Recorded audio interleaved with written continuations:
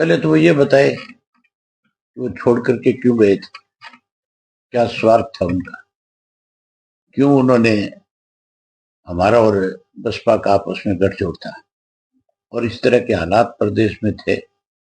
हर Indian National Lok Dal party के कार्यकर्ता के मन में ये बात थी कि अब की बार हम सत्ता में आएंगे, राज बनाएंगे। इन्होंने अनुशासनहीनता क्यों करी और क्यों उस हमारी चौधरी देवलाल के सम्मान दिवस के ऊपर सारा ड्रामा रचा। फिर ये पार्टी छोड़ करके भागी, किसके इशारे पे भागे, क्यों भागे, इस बात को भी स्पष्ट करें। ये सारी चीजें स्पष्ट करने के साथ साथ, ये सब बातें स्पष्ट करने के साथ साथ वो ये जरूर बताएं कि जब से तुम लोग छोड़ करके गए हो, तुमने कभी ये जाना कि चौटाला साहब बीमार रहे, हॉस्पिटल में रहे?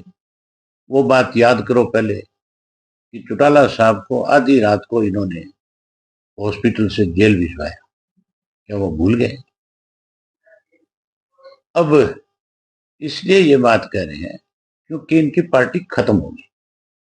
ये सामाजिक रूप से भी खत्म हो गए और ये राजनीतिक रूप से भी खत्म हो गए। आज देखा नहीं आपने कैसे भगदड़ मची हुई है भाजपा के नेताओं की, कैसे सब लोग छोड़ छोड़ करके जा रहे हैं।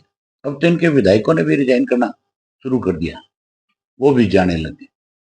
और चौटाला साहब ने बड़े साफ शब्दों में कई दफा ये बात कही कि हमारा इनसे कोई वास्ता नहीं, ये गद्दार है, इन्होंने हमारी पार्टी की पीठ में छुरा घोंपा है।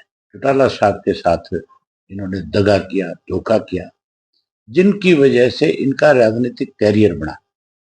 चौटाला साहब की वजह से ही अजय सिंह एमपी बना, चौटाला साहब की वजह से अजय सिंह राज्यसभा का मेंबर बना, चौटाला साहब की वजह से एमएलए बना, उसकी वाइफ एमएलए बनी, उसका बेटा एमपी बना। ये सारी की सारी देन इंडियन नेशनल लोकदल पार्टी की थी। अब की बार अपने दम के ऊपर 10 सीट जीत के आए थे। आगे मुझे लगता नहीं कि ये कहीं मुंह दिखाने लायक भी बचे। ये नॉमिनेशन फाइल करने से भी डरेंगे, इनको ये डर रहेगा कि तुम्हारी जमानत नहीं बचेगी। जो ये कहते थे रोजाना कि एक एक थी इनेलो, लोग ये कहेंगे। आज उस अजय सिंह को फिर इनेलो याद कैसे आ गई?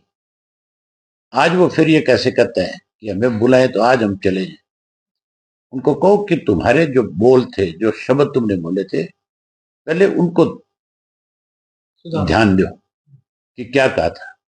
तुम किस बेशर्मी पे चले गए थे, तुमने किस तरह से इस प्रदेश को दोनों हाथों से लूटने का काम किया। अब जब तुम्हारा असली चेहरा बेनकाब हो गया, अब जब तुम कहीं जाते हो तो लोग तुम्हारा विरोध करते हैं, लोग तुम्हें घुसने नहीं देते, लोग तुम्हें इतनी भद्दी भद्दी गालियां देते हैं जिनको मैं भी अगर देखता हूँ सोशल मीडिया पे तो मुझे भी बहुत शर्म आती है कि किस परिवार को कौन किस तरह की गाली दे रहा है। एक वक्त था कि चौधरी देवलाल के परिवार का अगर कोई नाम ले लेता था गलत तो लोग उसका गला पकड़ लेते थे, और इनकी वजह से आज सारा दिन लोग गालियां देते हैं। ऐसे लोगों के लिए इंडियन नेशनल लोकदल पार्टी में कोई जगह नहीं है। चौटाला साहब के पास भी इन लोगों की कोई जगह नहीं है। चौटाला साहब तो अनेक बार प्रेस के लोगों ने उनसे पूछा कि क्या दुष्यंत को आप अपनी पार्टी में शामिल करोगे, उन्होंने साफ मना कर दिया था कि नहीं, कभी नहीं हो सकता।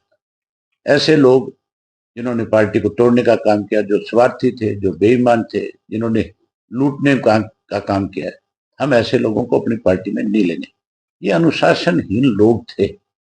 ये नई बात थोड़ी थी अजय सिंह के लिए, ये तो बहुत पहले से इस तरह की चीजों में इन्वॉल्व था। ये तो हम थे जो इसको चला रहे थे। भी चलो किसी तरीके से पार्टी को चलाना है तो ऐसे लोगों को पड़े रहना। ये तो बहुत पहले पार्टी से बाहर निकालने वाले लोग थे, इन्होंने तो टिकटें बेची थी। आज इस तरह की बात कह करके अपनी भगदड़ को रोकना चाहता है। ये भगदड़ रुकने वाली नहीं है। अब कहीं जाएंगे, लोगों के विरोध का सामना करना पड़ेगा। लोगों ने इनका सामाजिक बहिष्कार कर दिया, राजनीतिक तो हो ही गए खत्म, अब तो ये सामाजिक तौर पे भी खत्म है, कहीं जाकर के खड़े होने लायक नहीं। क्योंकि इन्होंने चौधरी देवीलाल को, जिस आदमी ने बहुत बड़ा नाम कमाया था, ये उस पर कलंक है, ये उसका फोटो लगाते हैं, इनको अधिकार नहीं है। अब इनको चौधरी देवीलाल का फोटो हटा देना चाहिए।